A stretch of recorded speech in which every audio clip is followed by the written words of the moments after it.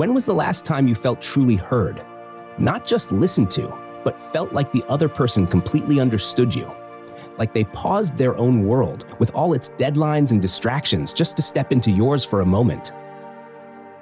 In an age of hyperconnectivity, where we have hundreds of channels to broadcast our thoughts, we face a strange paradox. We've never been more connected, yet many of us have never felt more disconnected. We sit across from friends at dinner, our phones on the table like uninvited guests, their screens silently pulling our attention away from the human being right in front of us. We have conversations on Zoom where we're half listening, half replying to an email, mastering the art of the vacant nod.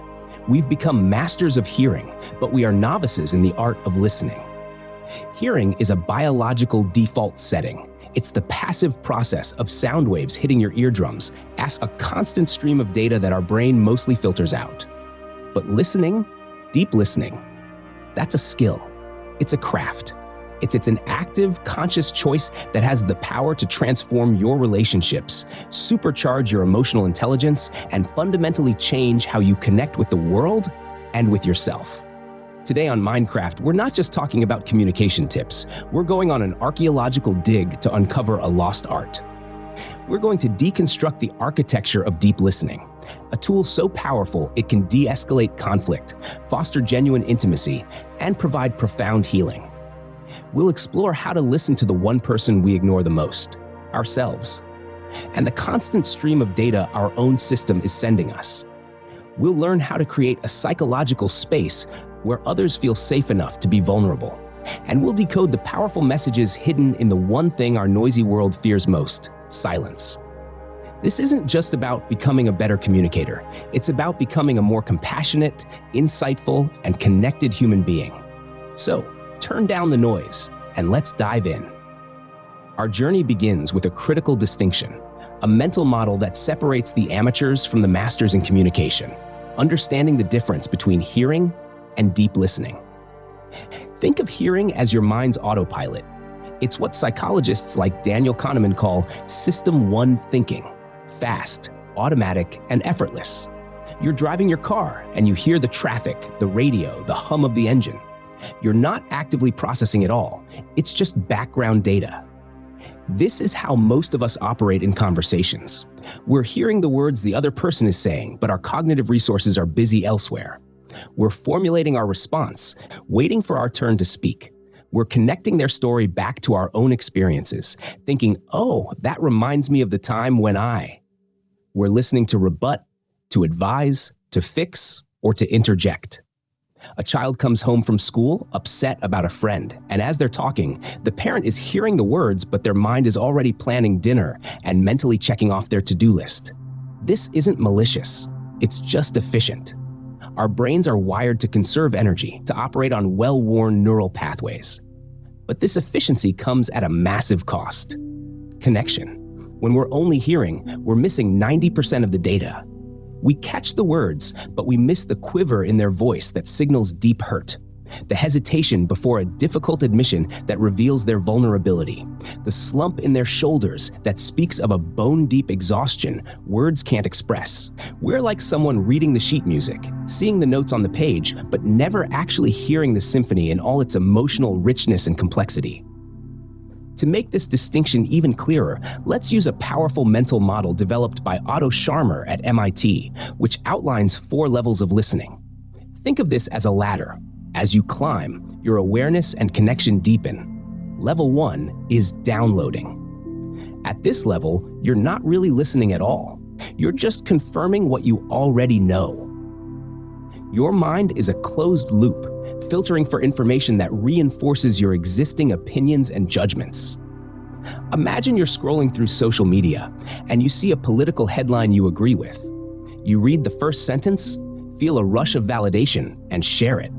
You see a headline you disagree with, and you immediately think of all the reasons it's wrong, perhaps even typing out a rebuttal without finishing the article. That's downloading. It's a monologue disguised as a dialogue. Level 2 is factual listening. Here you start to open up. You pay attention to new information, to facts and data that differ from your own knowledge. You're like a scientist observing objective reality. Think of a typical work meeting where a colleague presents new sales figures. You're paying close attention, noting the numbers, comparing them to last quarters. Your mind is open to new data, but the focus is purely on the objective, external information. This is a crucial step up from downloading, but it's still a very head-centric, disembodied way of listening. You hear what they say, but you don't yet feel what they feel. Level 3 is empathic listening. This is where the magic begins. You shift your focus from your own head to the other person's heart. You start to see the world through their eyes, to feel the situation from their perspective. Your own agenda fades into the background. Imagine a close friend tells you they didn't get a promotion they worked hard for. Instead of immediately offering solutions, level 2, you say, "That sounds devastating. You must be so disappointed." You're not just hearing the fact of their career setback, you're connecting with the emotional reality of their experience. This is the level of deep connection, the focus of much of our discussion today. Level 4 is generative listening. This is the deepest and most transformative level. You're not just listening to the other person, you're listening to the space between you.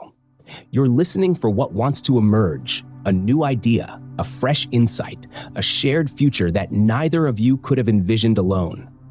Think of a true brainstorming session or a conversation with a mentor that changes the trajectory of your life.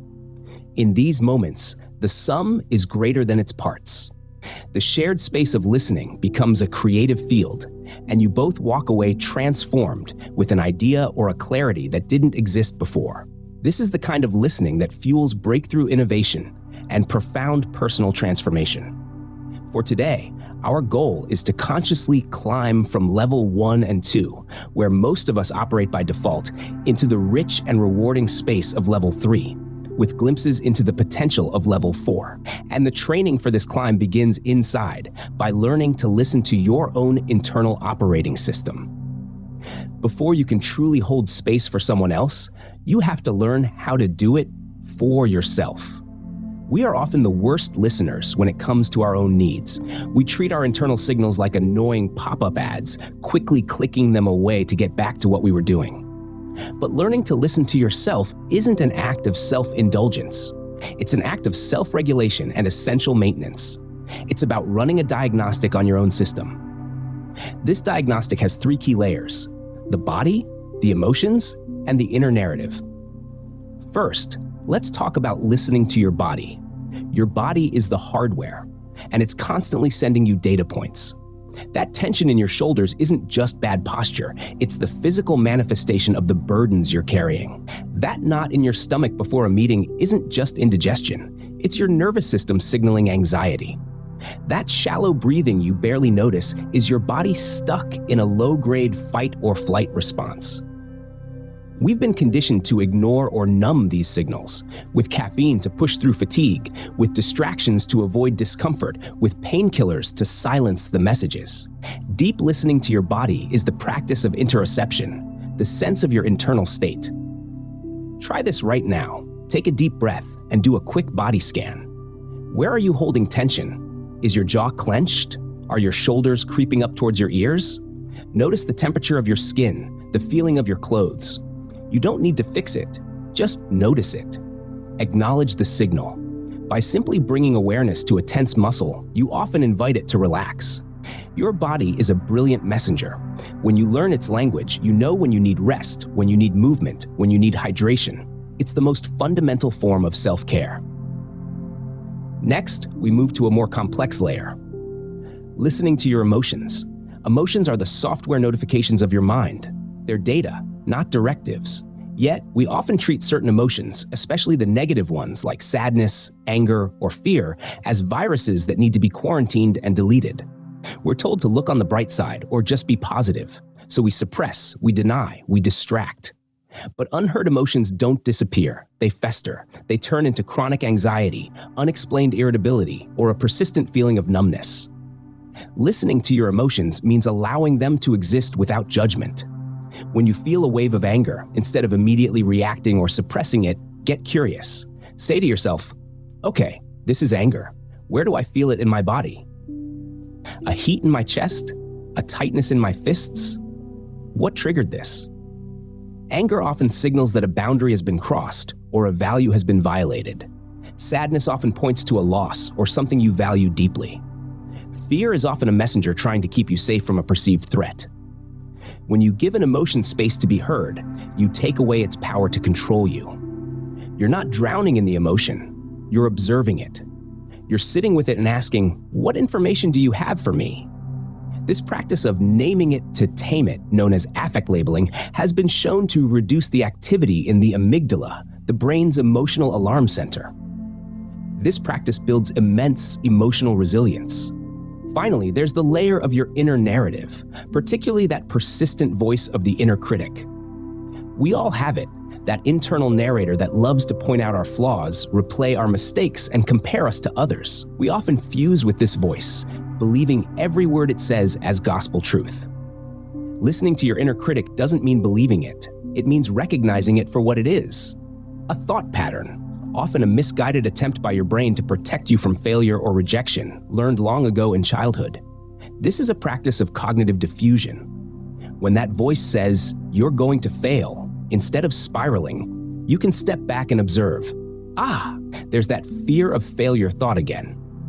You can even give the voice a name, like Gremlin or Judge Judy, to create more distance. You can get curious, what is this voice trying to protect me from? By observing it instead of embodying it, you create a space between you and the thought. In that space, you have a choice.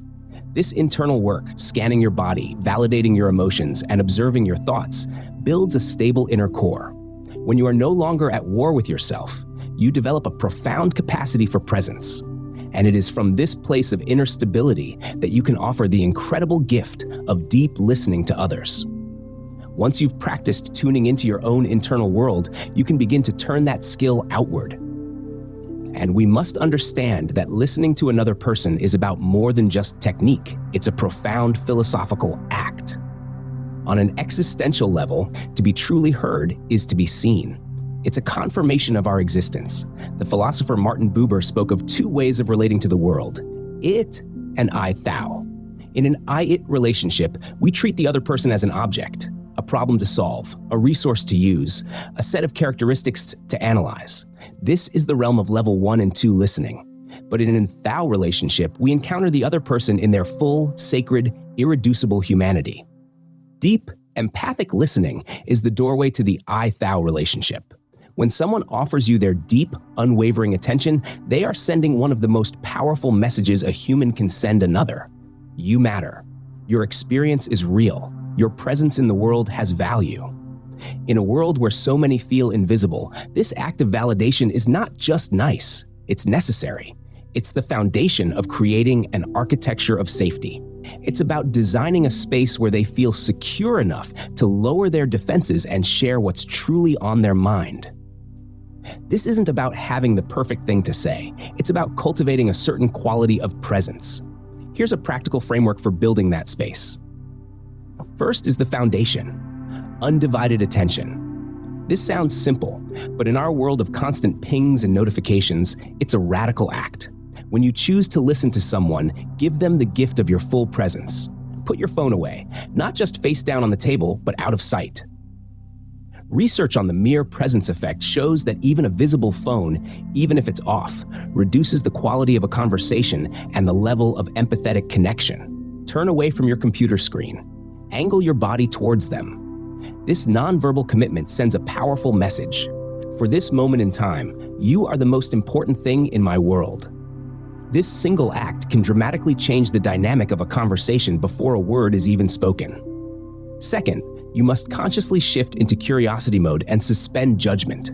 As soon as someone starts talking, our brains start categorizing and judging. That was a bad idea. I wouldn't have done that. They're overreacting.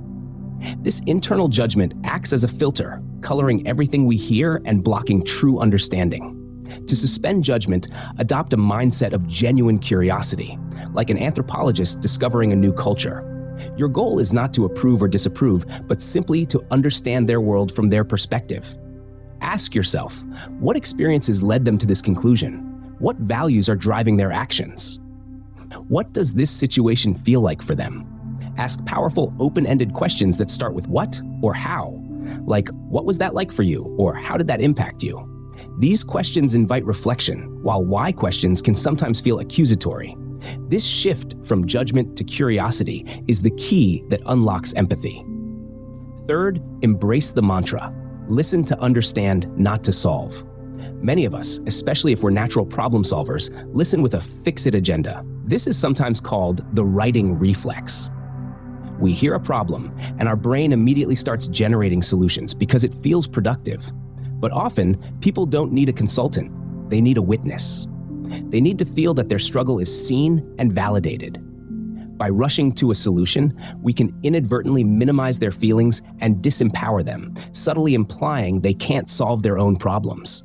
Resist the urge to interrupt with advice. Trust that by simply talking it out in a safe space, they often have the capacity to find their own way forward. Your role is to be the sounding board, not the architect of their solution. Finally, practice empathetic mirroring. This is more than just parroting back what they said. It's about reflecting the emotion and meaning behind their words. It shows that you're not just hearing the lyrics, you're feeling the music. It's about guessing the feeling. You can use simple phrases like, "It sounds like you felt really betrayed in that moment." Or, "So on one hand you're excited, but on the other, it seems like you're also feeling a lot of pressure. Is that right?" Even if your guess is slightly off, it shows you're trying to understand on a deeper level and invites them to clarify. This does two things. It validates their feelings, making them feel deeply understood, and it acts as a check for your own understanding, giving them a chance to clarify if you've misread the situation. This creates a powerful feedback loop of connection. Now, applying this framework is one thing in a supportive conversation, but what about the ultimate challenge? What about listening to someone you fundamentally disagree with? This is the black belt of deep listening. In a polarized world, our instinct when faced with an opposing view is to go into debate mode. Level 1, downloading. We listen for the flaws in their argument so we can attack. We are driven by powerful psychological forces like confirmation bias, our tendency to favor information that confirms our existing beliefs, and the backfire effect, where presenting contradictory evidence can actually strengthen someone's conviction. Arguing facts is often like throwing water on a grease fire. A master listener takes a different path. The goal is not to agree, or to win, or to convert. The goal is to understand, to ask, how did a smart, reasonable person arrive at a conclusion so different from my own? This requires immense intellectual courage. It means asking genuine questions that probe the story behind the opinion. Can you help me understand what experiences led you to that view? What are the core values that make this issue so important to you? What are your biggest concerns about the other side's perspective? You are not validating their conclusion. You are validating their humanity and their right to their own story. This practice doesn't guarantee agreement, but it is the only path out of perpetual conflict. It replaces walls of certainty with bridges of curiosity. Even when we have the best intentions, practicing deep listening is not always easy. There are powerful internal forces that can pull us off course. To truly master this art, we must become aware of these subtle barriers, primarily the resistance of our own ego and the very real challenge of emotional exhaustion. First, let's talk about the ego's resistance. Our ego, our sense of self, is fundamentally a protective mechanism, and deep listening can feel threatening to it for a few key reasons. The ego loves to be right. It thrives on certainty and expertise. When you're truly listening, you have to suspend your own need to be the expert in the room. You have to quiet the voice that wants to jump in with, "Well, actually," or "Here's what you should have done." The ego also fears being changed. To genuinely listen to a different perspective means opening yourself up to the possibility that your own views might be incomplete or even wrong. To the ego, changing your mind can feel like a defeat. It resists this vulnerability. Finally, the ego craves control. Offering advice and solutions is a subtle way of asserting control over a situation and maintaining a superior position. To simply sit with someone in their uncertainty without trying to fix it requires releasing that need for control. Recognizing these ego-driven impulses isn't about shaming yourself. It's about seeing them for what they are: old survival patterns and consciously choosing a different path, the path of connection over self-preservation. The second barrier is just as critical: empathy fatigue. Deep, empathic listening is an act of giving. You are giving your attention, your presence, your emotional energy. It's not a passive activity. It can be incredibly draining, especially if you are a natural caregiver or in a profession that requires constant listening. This can lead to what's known as empathy fatigue or burnout. Here, it's crucial to understand the difference between empathic distress and compassion. Empathic distress is when you feel the other person's pain so intensely that you become overwhelmed yourself. You get caught in their emotional storm. You start drowning with them. This isn't helpful for either of you. Compassion, on the other hand, is what some researchers call empathic concern. It's the ability to feel for the other person, to understand their pain and wish them well, without taking their suffering on as your own. It's the difference between feeling sad with them and feeling sad for them. To avoid burnout, we must cultivate this boundaried compassion. Think of it like a skilled lifeguard. A lifeguard doesn't save a drowning person by jumping in and panicking with them. They remain a stable, grounded presence on the boat or the shore, extending a hand or a life preserver from a position of strength. Your presence is the life preserver.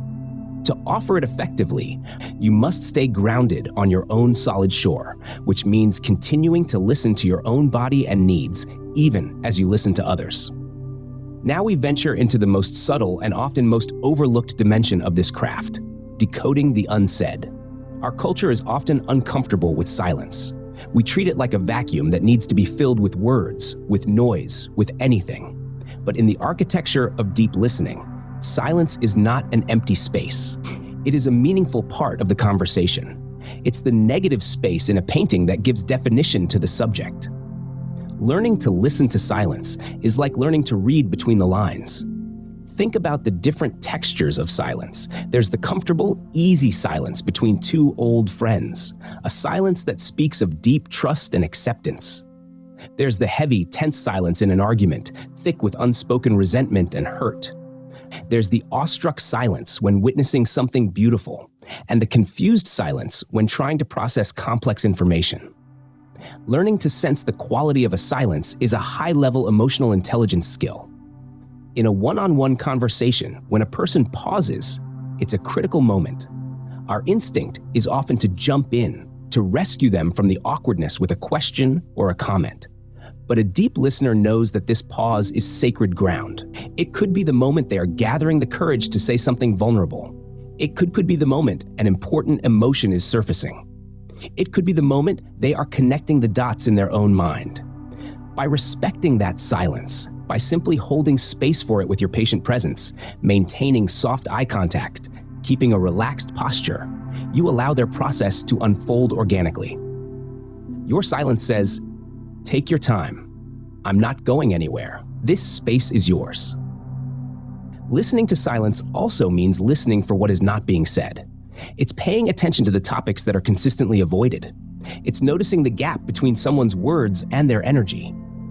The colleague who says "I'm fine" with a forced smile and exhausted eyes is communicating far more in their nonverbal signals than in their words. The family member who changes the subject every time a certain name is mentioned is telling you that there is a wound there. This is not about being a detective or trying to psychoanalyze everyone. It's about developing a holistic awareness. It's about understanding that communication is a symphony, and the words are only one instrument. The tone of voice, the pace of speech, the body language, and the pauses are all part of the score. This practice also extends to your own life. Learning to be comfortable with silence when you are alone is a superpower. In a world that constantly bombards you with external stimuli, choosing silence is choosing clarity. It's in the silent moments of a walk in nature, of meditation, or simply of sitting with a cup of tea that your own inner wisdom has a chance to speak. It's where the background noise of your anxieties fades and the quiet signal of your intuition can finally be heard. Don't fear the pause. Don't rush to fill the void. Silence is not the absence of communication. It is often the very heart of it. It's the space where truth can emerge, where emotions can breathe, and where true understanding can finally take root. As we learn to listen to the silence between individuals, we also unlock the ability to listen on a much larger scale, to the silent needs of a team, a market, or even a culture. This elevates listening from a relational skill to a powerful force for creation and leadership. Let's first consider listening as a creative capacity. This is the practical application of level 4, generative listening. True innovation rarely comes from a place of noise, certainty, and ego. It emerges from a deep, receptive quiet. The brilliant product designer isn't just listening to what customers say they want in focus groups. They are listening to the unspoken frustrations, the unarticulated desires hidden in how people use existing products. They are listening to the negative space. The groundbreaking artist listens to the silence of the blank canvas, waiting for an inner impulse to emerge, rather than forcing a preconceived idea. The visionary scientist listens to the data, sitting with anomalies and outliers that others dismiss, until a revolutionary pattern reveals itself. In all these fields, creation is not an act of assertion, but an act of profound listening. It's about tuning into a signal that is already there, waiting to be heard. It requires quieting the internal chatter of what we already know to make space for what wants to be known. This same principle scales up to become the cornerstone of effective leadership. We often think of leaders as great talkers, but the most transformative leaders are almost always exceptional listeners. Why? Because deep listening is the engine of psychological safety. This term, coined by Harvard researcher Amy Edmondson, describes a climate where people feel safe to speak up, to be vulnerable, to admit mistakes, and to challenge the status quo without fear of punishment or humiliation.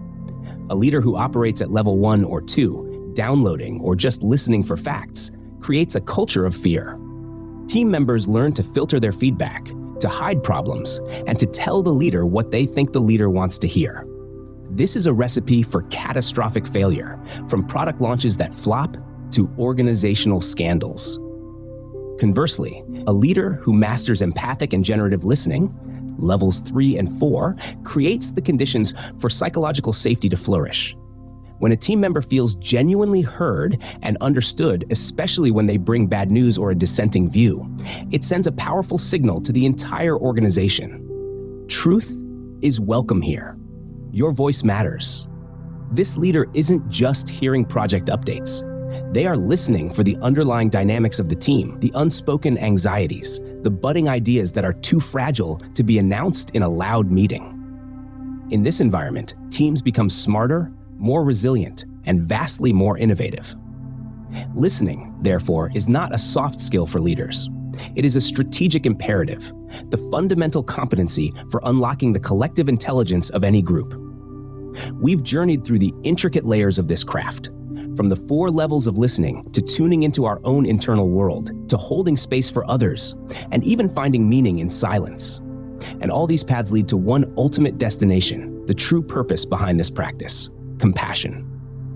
Deep listening is, at its core, an act of love.